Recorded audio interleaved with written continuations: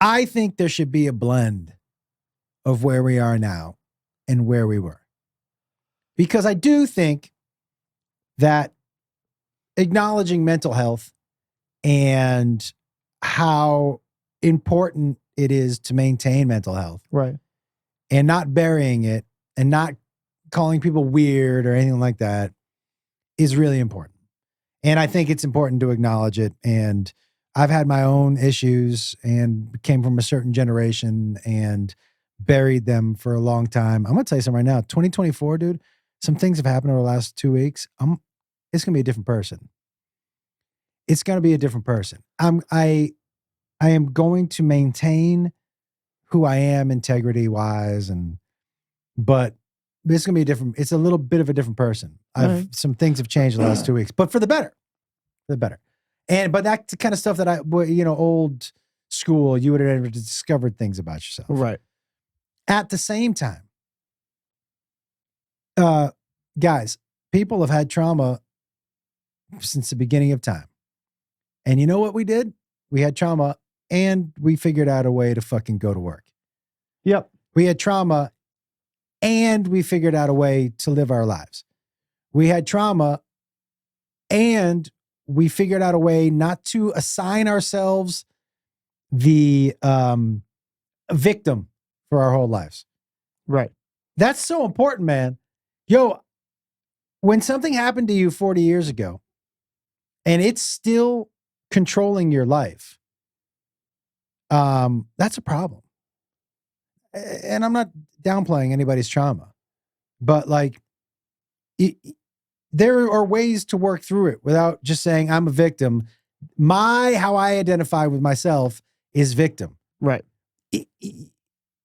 I think diagnosis is really important. Knowing what bipolar is really important. Knowing what, diagnosing autism, really important. But the difference, your generation almost wants the diagnosis. Yeah. They want to be diagnosed with something wrong with them. Mm-hmm. It's like a badge of honor, right? And they're looking for it. Oh, you know what I mean? Yeah. And I think that's a real problem. I think we got to blend. We can't just be, my generation and older, which is like, stop being a pussy. That's not the answer. Right. But you know what else also isn't the answer? I can't go to work today. I can't get out of it. I had a real traumatic. Come on. Also be a grown-up. I really do believe the blend is important. Once you identify as a victim, that's how you see yourself for the rest of your life. Yeah. That is a dangerous, slippery slope. I think for me, like, I don't understand it, but I definitely have seen some days in my life where there's like after Rock passed, after Jack passed, like there are just a couple life events for me where I just needed a couple days. Yeah, but that's not what I'm talking about. You're just talking about mental health wise? Yeah, dude, 100%. Death and loss and breakups, you're going to be affected. What I'm saying is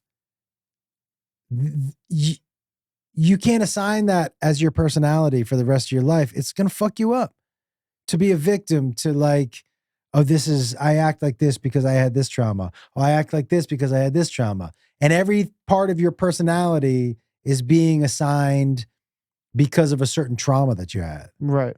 And that word, do you know what I mean? Yeah. And by the way, trauma, I believe, is a little overused. Some things just happen in your life, man. Do you know what I mean? Yeah. Some things just fucking happen. And so I do, dude, there's just like everything else. Your generation is impressive in that. I remember asking you when you were in high school, well, what's tell me what it's like as far as for gay kids. And you're like, we don't even think about it. Like they're gay in high school. It does not even like, we don't think about. No. Yeah. They're just other kids in school. Yeah. That would have never been the case really when I was growing up. Right. Right. I like how there are a lot of things that are just like not even issues anymore. Okay. Mm-hmm.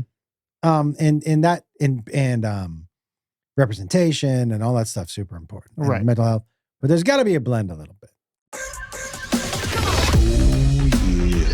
Good night.